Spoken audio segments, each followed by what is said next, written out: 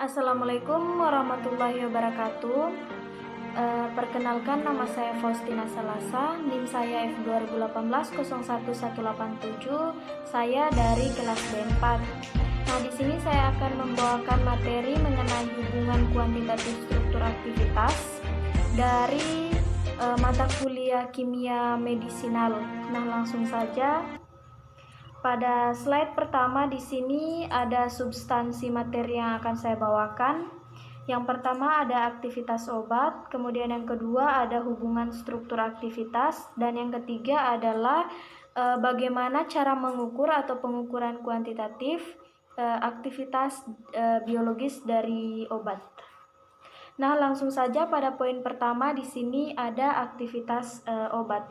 Nah, kalau kita berbicara tentang aktivitas obat ini, aktivitas senyawa bioaktif ini disebabkan oleh interaksi antara molekul obat dengan bagian molekul dari objek biologis, yaitu reseptor spesifik. Nah, senyawa bioaktif harus mempunyai struktur sterik dan distribusi muatan yang spesifik pula. Nah, proses dari aktivitas obat ini kemudian ada fase farmaseutik, fase farmakokinetik, dan yang terakhir adalah fase farmakodinamik. Nah, langsung saja kita bahas satu persatu. Nah, di sini ada skema mengenai aktivitas obat. Nah, dimulai dari bentuk sediaan, kemudian bentuk sediaan itu dapat berupa senyawa aktif. Nah, kemudian menjadi larut atau kelarutan dispersi molekul. Nah, kelarutan dispersi molekul ini masuk pada fase yang pertama. Nah, untuk masuk ke dalam fase kedua, bentuk sediaan atau senyawa aktif dari obat ini akan mengalami absorpsi. Nah, sebelum masuk ke tahap 2 atau absorpsi, di sini ada tahap-tahap dari caranya untuk agar masuk ke dalam fase 2. Nah, di sini ada ketersediaan farmaseutik, kemudian saluran cerna, dan yang ketiga adalah lambung. Nah, di lambung ini adalah bagaimana proses obat tersebut atau senyawa aktif tersebut dapat merespon pH dari lambung. Nah, pH di sini dapat diatur antara 1 sampai 3. Nah, kemudian di usus juga harus disterilisasikan pH-nya dari 5 sampai 8. Nah, kemudian senyawa aktif dari obat tersebut akan mengalami absorpsi atau masuk ke dalam tahap kedua. Nah, untuk masuk ke dalam tahap ketiga atau fase ketiga di sini terbentuk ketersediaan biologik, kemudian masuk ke dalam fase ketiga di sini ada distribusi, kemudian metabolisme, dan yang terakhir adalah ekskresi atau pengeluaran. Nah, kemudian untuk masuk ke dalam fase keempat diperlukan kadar senyawa aktif. Nah, pada fase keempat ini yang terjadi adalah interaksi obat sampai ke reseptor. Nah, untuk masuk ke dalam fase yang berikutnya atau fase yang terakhir di sini, interaksi obat atau sudah masuk ke dalam reseptor, kemudian akan melalui rangsangan. Kemudian yang terakhir adalah respon efek atau bagaimana obat tersebut dapat berefek ke dalam tubuh atau bersifat respon biologis. Nah, sesudah respon efek maka obat tersebut akan memberikan efek. Nah, kita masuk yang pertama di sini ada aktivitas pada fase farmakokinetik. Nah, terbagi poinnya, terbagi dua. Yang pertama, obat dalam bentuk aktif akan berinteraksi dengan reseptor atau tempat aksi dengan kadar yang cukup tinggi. Nah, kemudian di sini ada faktor-faktor penentunya. Yang pertama ada sistem kompartemen dalam proses farmakokinetik, kemudian protein plasmanya, protein dan jaringan berbagai senyawa biologis yang mungkin dapat mengikat senyawa obat. Kemudian yang ketiga, distribusi obat dalam berbagai sistem kompartemen biologis, terutama hubungan waktu dan kadar obat dalam berbagai sistem tersebut yang sangat menentukan kinetika dari senyawa obat tersebut. Dan yang terakhir adalah yang sangat penting di sini ada dosis dan sediaan obat. transport antar kompartemen seperti proses absorpsi, bioaktivitasnya, kemudian biodegradasi dan ekskresi yang menentukan lama obat dalam tubuh nantinya. Kemudian masuk ke dalam aktivitas yang kedua atau aktivitas yang sangat penting, terbagi lagi menjadi dua, yakni di sini ada proses absorpsi, distribusi, dan eliminasi secara difusi pasif, dan kapasitas kompartemen tergantung pada nilai koefisien partisi obat, maka kenaikan dosis menaikkan konsentrasi obat dalam kompartemen nantinya.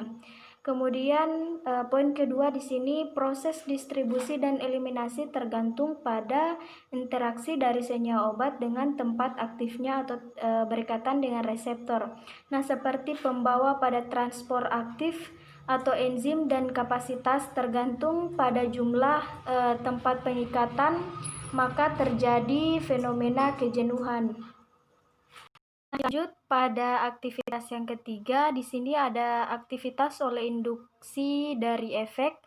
Nah, kekuatan respon biologis obat tergantung pada jumlah tempat reseptor yang diduduki. Ini juga merupakan aktivitas yang sangat penting dari obat untuk berefek. Kemudian rata-rata lama pendudukan tergantung pada kecepatan disosiasi kompleks obat reseptor. Dan yang ketiga adalah kemampuan atau kapasitas molekul obat untuk menginduksi perubahan bentuk konformasi biopolimer sebagai pemicu rangsangan timbulnya respon biologis dari senyawa obat tersebut. Nah, selanjutnya di sini afinitas dan aktivitas intrinsik. Nah, yang pertama, setiap struktur obat mengandung bagian yang secara bebas dapat menunjang afinitas interaksi obat reseptor dan mempunyai efisiensi untuk menimbulkan respon biologis sebagai akibat pembentukan kompleks obat tersebut. Nah, yang kedua di sini adalah parameter induksi efek pada reseptor adalah terbagi menjadi dua, ada afinitas dan bagaimana obat tersebut akan aktif atau aktivitas yang disebut dengan aktivitas intrinsik. Nah, sedangkan yang kelima di sini ada aktivitas pada percobaan in vivo dan in vitro. Nah, aktivitas biologis percobaan in vivo adalah salah satu integrasi dan keseimbangan yang kompleks dari sifat kimia fisika senyawa yang ditentukan oleh berbagai kondisi biologis atau biokimia dan biofisika pada berbagai fase dari aktivitas obat tersebut. Ini dicobakan pada hewan coba. Nah, kemudian di sini aktivitas biologis percobaan in vitro ini menggunakan organ yang sudah terisolasi.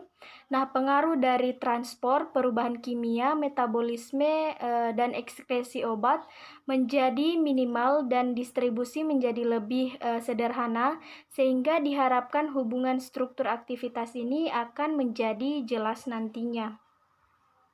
Nah, dan yang keenam di sini ada aktivitas dari senyawa multipoten. Nah, hubungan antara komponen yang bervariasi dalam spektrum aktivitas senyawa multipoten ini mempunyai kemungkinan bervariasi. Nah, yang pertama di sini komponen yang bervariasi dalam aktivitas biologis ini disebabkan oleh interaksi obat dengan tipe reseptor yang berbeda. Nah, yang kedua di sini komponen yang bervariasi dalam spektrum aktivitas kemungkinan disebabkan oleh tipe molekul yang berbeda atau perbedaan antara molekul-molekul pada suatu senyawa obat. Dan yang ketiga, komponen yang bervariasi dalam spektrum aktivitasnya ini kemungkinan merupakan aspek yang mendasar dari satu tipe unit aksi farmakologis. Dan yang keempat adalah hilangnya satu komponen aktivitas dalam spektrum aktivitas dari turunan obat tertentu kemungkinan disebabkan oleh perbedaan distribusi, tidak oleh pemisahan yang mendasar dari aktivitas komponen tersebut. Dan yang ketujuh adalah efek terapeutik dan efek samping dari suatu senyawa obat. Nah, untuk mencapai tujuan pengembangan obat dapat dilakukan dengan menghilangkan salah satu komponen aktivitas dari spektrum aktivitas obat atau memisahkan dua komponen aktivitasnya dari satu obat menjadi dua senyawa yang berbeda. Melalui manipulasi molekul inilah yang disebut dengan ilmu kimia medisinal. Bagaimana caranya suatu senyawa atau struktur senyawa obat ini dapat dipisahkan melalui komponen-komponennya melalui manipulasi dari molekul suatu senyawa obat tersebut. Nah, kita lanjut pada poin B. Di sini ada hubungan struktur aktivitasnya. Nah, kita langsung saja. Nah, ini ada penelitian yang menyatakan bahwa aktivitas obat ini akan berkurang dengan sifat kimia dan fisika obat. Nah, dan merupakan fungsi dari struktur molekul obat itu sendiri. Nah, hubungan struktur dan aktivitas biologi yang tidak baik dapat disebabkan oleh kurang baiknya metode penelitian yang digunakan. Nah, kemudian di sini yang pertama ada faktor yang kurang mendukung hubungan struktur aktivitas. Nah, di sini ada perbedaan keadaan pengukuran parameter kimia fisika dan aktivitas biologisnya. Nah, kemudian senyawa yang digunakan itu ternyata bentuk praobat. Kemudian aktivitas obat ini dipengaruhi oleh banyak keadaan dari in vivo atau bagaimana cara suatu obat itu diberikan pada hewan uji. Kemudian senyawa dari obat ini mempunyai pusat atom asimetrik.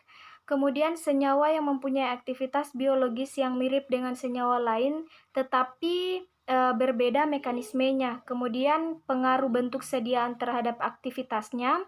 Kemudian obat bersifat multipoten dan perbedaan yang spesies.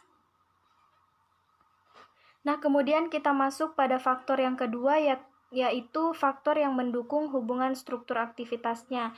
Nah, di sini yang pertama ada hubungan struktur aktivitas empiris, kemudian struktur obat simetrik dari morfin. Nah, dapat dilihat di sini ada struktur dari morfin, ada morfin, petidin, dan metadon. Nah, perbedaan dari senyawa yang ketiga ini adalah struktur atau model dari struktur yang diubah-ubah atau dapat ditambah dengan gugus-gugus OH ataupun CH-nya. Nah, sedangkan hubungan struktur aktivitas yang sebenarnya di sini terbagi menjadi dua. Ada aktivitas biologis yang merupakan refleksi sifat kimia fisika dari senyawa bioaktif. Nah, sehingga hubungan struktur aktivitas seharusnya ada pada hukum yang tertentu. Nah, kemudian senyawa dengan aktivitas biologis sama pada umumnya bekerja pada reseptor yang sama dan harus sesuai dengan reseptornya pula. Nah, sehingga senyawa-senyawa tersebut mempunyai struktur kimia yang saling berhubungan. Nah, di sini ada gugus agonis dan antagonisnya. Nah, hubungan struktur aktivitas mungkin dapat diperkirakan antara gugus senyawa agonis yang mempunyai mekanisme kerja atau tempat aksi yang sama, juga antara gugus senyawa antagonis yang memblok reseptor yang sama. Nah, di sini ada prekursor senyawa antara dan obat aktif dengan persamaan kimia yang mirip akan berkompetisi nantinya yang akan berikatan dengan reseptornya pula. Nah, hubungan sifat fisika kimia dan aktivitasnya ini terbagi menjadi dua lagi, yakni di sini perubahan beberapa gugus tidak mengubah aktivitas obat atau yang disebut dengan gugus non-kritik, tidak termasuk gugus fungsi. Nah, besarnya gugus dan sifat non-polar mempengaruhi potensi obat sebab meningkatkan lipofilitas dan kemampuan pembentukan ikatan hidrofobik. Nah, akan menghantarkan transport pasif dan ikatan pada jaringan. Nah, kemudian yang kedua ada hubungan struktur kimia dan aktivitas biologis obat dengan tempat aksi yang sama. Nah, hubungan langsung antara struktur dan aktivitas berdasarkan interaksi gugus senyawa agonis pada tempat aksi yang sama. Di sini ada biokatalis dengan senyawa mimetik, kemudian ada tumpang tindih antara aktivitas mimetik dengan biokatalisnya. Nah, lanjut. Di sini ada hubungan struktur dengan aktivitas berdasarkan pada interaksi senyawa antagonis dan senyawa agonis pada tempat yang sama sehingga akan menghasilkan hambatan kompetitif atau antagonis kompetitif. Nah, yang pertama struktur senyawa agonis dan antagonis kompetitifnya, kemudian ada substrat dan penghambat enzimnya. Dapat dilihat mungkin pada tabel di samping. Di sini ada biokatalisnya, kemudian ada mimetik dan antagonis yang kompetitif. Mungkin dapat dilihat antara perbedaan struktur senyawa dari obat di samping. Nah, kita lanjut. Di sini yang selanjutnya ada obat-obat sebagai aktivitas farmakologisnya. Nah, banyak obat dengan struktur berbeda sehingga menghasilkan mekanisme kerja yang sama. Nah, umumnya obat ini tersebut memiliki gugus yang bila dihilangkan maka senyawa akan kehilangan aktivitasnya pula. Nah, kemudian ada hubungan struktur aktivitas tak langsung. Nah, hubungan struktur aktivitas ini dapat terjadi pada senyawa yang berbeda tempat aksinya atau tempat barikatannya.